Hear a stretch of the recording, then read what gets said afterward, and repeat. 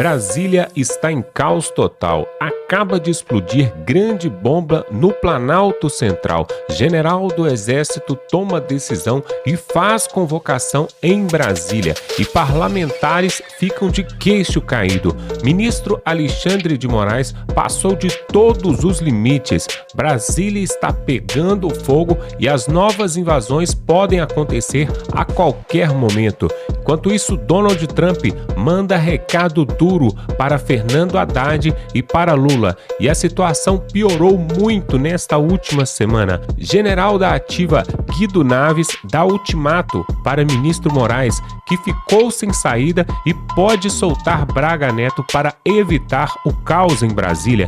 E diante da situação caótica da economia e com o dólar batendo R$ 6,21, o Banco Central torrou 36 bilhões de reais para tentar salvar o Brasil no dia de hoje, mas foi sem sucesso.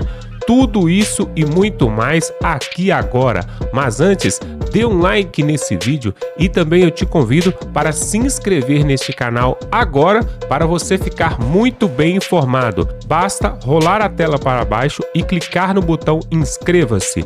Aperte os cintos e veja agora que rumo este país está tomando. Está dizendo coisas óbvias. Um general não pode, um oficial não pode ser preso por alguém preso por alguém do Exército e com a patente superior ou igual, no caso. Não levar isso em conta. Ele deveria ser julgado se tivesse cometido algum crime pela justiça militar e não do jeito que estão fazendo. Está tudo errado. E o Exército não reage a um negócio desses. Os próprios militares não estão percebendo que eles serão os próximos, as próximas vítimas dessa ofensiva que une o Supremo e a ala petista da Polícia Federal. E é engajada politicamente, né, no consórcio do poder. A Polícia Federal não pode prender um general quatro estrelas, não pode. Não pode, eles estão ignorando tudo. O processo diz que ele pode interferir em coisas já feitas, já apuradas, não dá para entender a justificativa. E usam a delação do Cid, do Mauro Cid, que é um homem destruído psicologicamente. E a família dele tem ajudado nisso. Fazem provocações para ver se obtém alguma declaração que possa resultar em mais uma perseguição política feita pelo Alexandre de Moraes. Com esses, o Gilmar Mendes não se comove. Ele se comoveu com o Odebrecht, Emílio Odebrecht, um homem sob tortura. A delação premiada foi obtida sob tortura. Delação premiada, eles destruíram o Cid, que topa declarar qualquer coisa a essa altura do campeonato. E eu vou pedir, já que estamos lembrando do Gilmar, para que a nossa produção, o nosso Binha, coloque no ar, quando puder, o que diz um dos que já se reconciliaram com o poder, nunca se afastou dele, e agora volta a lucrar, que é o Joesley Batista, para ver se ele estava também psicologicamente muito perturbado no momento em que ele confessou que dava uma fortuna por mês a Dilma e ao Lula. Depois a gente vai ver isso aí. Não, depois vamos agora. Então, e com isso, Gilmar não se acompanhando Sem Filtro, já está aí. Vamos lá. Do jeito.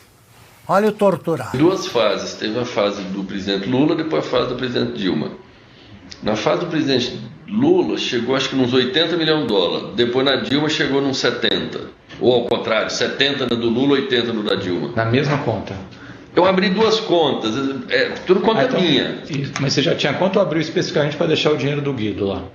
Eu chamava umas continhas que não tinha pra gente nada lá. Sim. Eu que controlava e tal. Eu tinha uma, eu comecei a usar.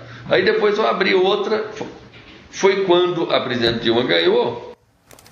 Até então, Augusto, delação de Wesley Batista. Pronto, vocês viram algum homem perturbado aí? Sem sigilo, né? Tá gravado ali. Pronto. Exato. Sem coação. E esse está merecendo do nosso Dias Toffoli, o repetente, todos os favores. Agora ele está acolhendo uma ação movida contra os xerifes, né?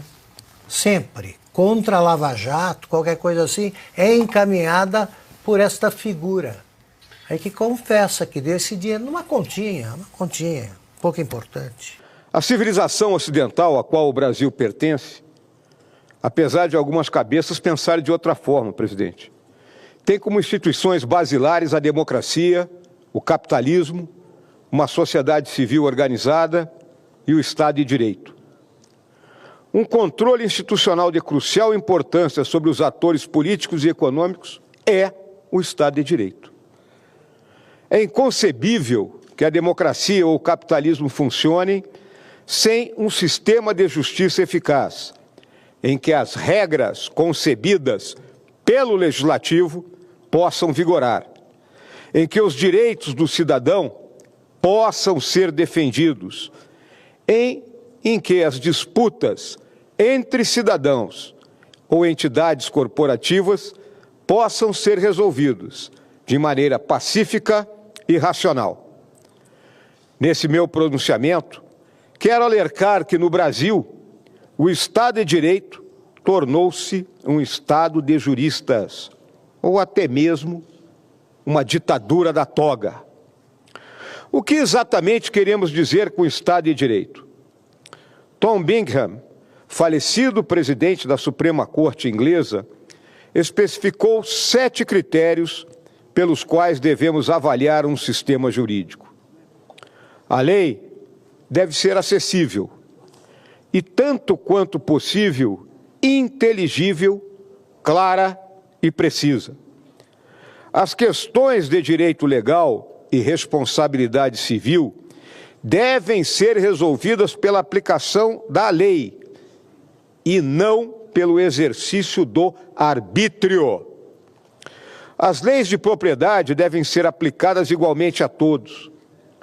Os ministros e funcionários públicos de todos os níveis devem exercer os poderes que lhes são conferidos de boa fé, sem, e aqui destaco, sem exceder os limites de tais poderes. A lei deve oferecer proteção adequada aos direitos humanos fundamentais. Devem-se fornecer meios para resolver disputas civis genuínas e os procedimentos adjudicativos fornecidos pelo Estado devem ser justos. Por trás do uso da lei, há 2 coisas: a integridade dos juízes e uma legislação que emana do comprometimento da comunidade para com um sistema de moralidade política. Uma breve análise desses princípios nos mostra que no Brasil o Estado de Direito está em franca degeneração, pois aqui instalou-se um regime jurídico de perseguição política a quem atreve-se ser de direita, aqui entendido como os que são conservadores nos costumes e liberais na economia. E pior ainda, se essa pessoa for simpatizante do presidente Bolsonaro. Neste Senado Federal, temos um colega que foi cassado sem ter sido, pois o mesmo não tem acesso às suas redes sociais, a seu telefone, a seu salário, a sua verba de gabinete, enfim, a tudo aquilo que todos nós possuímos para exercer dignamente nossos mandatos. Resta-lhe exercer o jus esperneandi, discursando em plenário e, tal qual um Dom Quixote, seguir golpeando os moinhos de vento em sua luta para restabelecer a plenitude de seu mandato. Não posso deixar de mencionar o processo a que vem sendo submetido um nobre deputado federal, por exercer o seu direito de opinião, guarnecido integralmente pelo que prescreve o artigo 53 da Constituição Federal. Senador Sérgio Moro, ao que me consta, o referido artigo não foi revogado. Dessa forma, os próprios guardiões da Carta Magna não a respeitam. E aí temos a cereja do bolo, a indecorosa prisão do general Braga Neto, um velho soldado, encanecido no serviço da pátria, a quem não está sendo concedido o desenrolar devido processo legal, e que antes de qualquer sentença pronunciada, está afastado do convívio familiar, como se fosse um perigoso meliante, capaz de atentar contra a ordem pública ou evadir-se do país. Braga Neto não é um covarde e enfrentará de cabeça erguida o seu encontro com a verdadeira justiça, pois ela há de triunfar. Ao mesmo tempo, senador Plínio Valério, fragmentos de investigações são publicados em uma intriga constante, soez e criminosa, cuja única intenção é macular as Forças Armadas, e em particular o Exército, dividindo a ativa da reserva, atirando uns contra os outros, cindindo militares e civis. Esquecem que, segundo o valor do seu Exército, vive ou morre uma nação. Senhor presidente, senhoras senadoras, senhores senadores, o momento é de perplexidade ante os abusos que vêm sendo cometidos e, portanto, compete a esta Casa da República levantar-se em uníssono na defesa intransigente do verdadeiro Estado de Direito. O que está acontecendo não é brincadeira. Hoje no Brasil, o povo brasileiro sente saudade da economia no pico da pandemia por causa do governo do PT. O governo Lula, esse governo que está agora devastando o futuro desse país, destruindo a nossa economia, ele causa um estrago maior do que uma pandemia. Sério, as pessoas hoje têm saudade do preço das coisas na época da pandemia. Hoje o Brasil acordou em estado de choque. Muitos, inclusive, achavam que era algum problema com o Google ou com as plataformas, porque como o dólar conseguiu chegar a R$ 6,21. É uma marca não só histórica, mas era inimaginável. E nós chegamos a R$ 6,21. A vida do povo brasileiro vai ficar muito ruim no ano de 2025. Aqui em Brasília, o que predomina aqui no Congresso é uma atmosfera de pânico. Ninguém está conseguindo entender como que o governo conseguiu, de uma forma tão rápida, destruir a nossa economia. Bom, nós sabíamos que ela seria destrutiva. Nós sabíamos que viria aí um período de vacas magras. O que nós não sabíamos é que seria essa devastação que está acontecendo. E, obviamente, os passapanos profissionais do governo ficam tentando inventar narrativas de que isso é especulação do mercado. Não.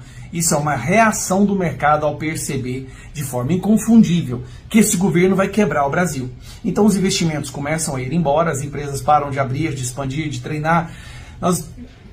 Ninguém quer colocar dinheiro aqui dentro do Brasil mais. E está todo mundo dolarizando, fazendo com que o real desvalorize da forma que ele está sendo desvalorizado. E aí, preste atenção no que está acontecendo.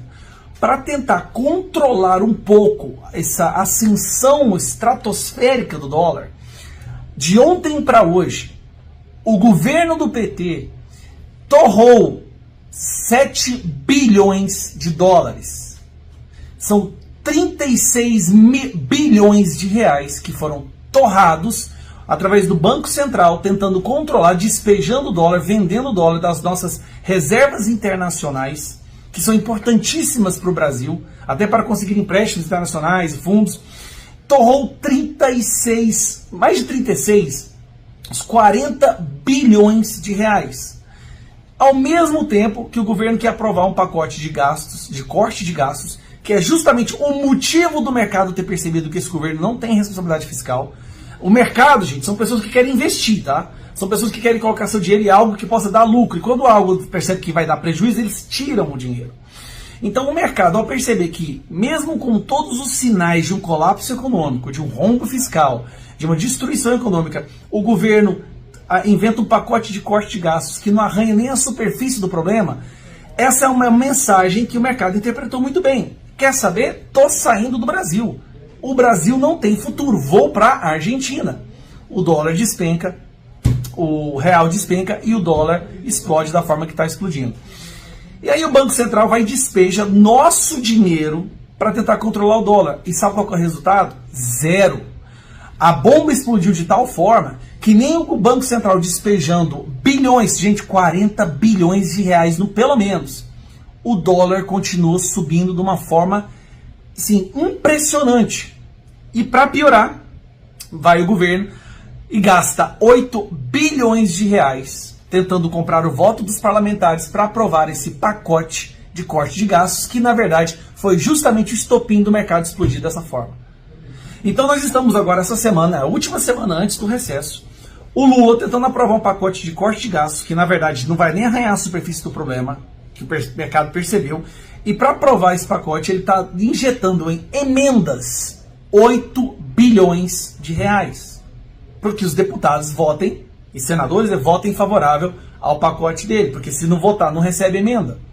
Tá vendo? É por isso que eu tomei a decisão de eu não mexo mais com emenda. Eu não fui eleito para ficar distribuindo dinheiro público. Eu fui eleito para preservar e fiscalizar os gastos do dinheiro público, a gestão do governo federal e para legislar. Essa cultura da emenda é o que apodreceu a política no nosso país. Infelizmente, essa é a verdade. Tudo bem que alguns deputados usam a emenda de forma correta, eu conheço vários deles, que ajudam o hospital, a organização, mas a existência da emenda é o câncer. É por isso que eu tenho quase certeza que eles vão conseguir aprovar essa porcaria que está causando esse estrago no nosso país, para que eles possam ter dinheirinho para comprar votos no ano que vem. Vergonhoso. Última semana de 2024. O pavio está aceso, é questão de tempo, essa bomba vai explodir. E assim, tudo vai ficar mais caro. Tudo. O seu custo de vida vai ficar tão mais caro que você não vai entender. Você vai ter saudade da pandemia.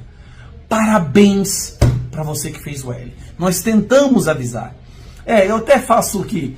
Talvez você não conseguiu ser avisado da forma que nós poderíamos avisar, porque nós fomos censurados pelo Alexandre de Moraes, pelo STF, pelo TSE, quando nós falávamos, vai dar merda. Nós não imaginávamos que a merda que daria seria dessa magnitude. Prepare-se, meus amigos. 2025, Brasil vira uma Venezuela. Infelizmente, a gente está tentando fazer um contingenciamento, mitigar a magnitude do estrago, mas ninguém imaginava que a capacidade destrutiva desse pessoal seria tamanha. Reze pelo Brasil, dobre os joelhos agora nesse Natal, porque nós vamos enfrentar talvez o pior ano das nossas vidas.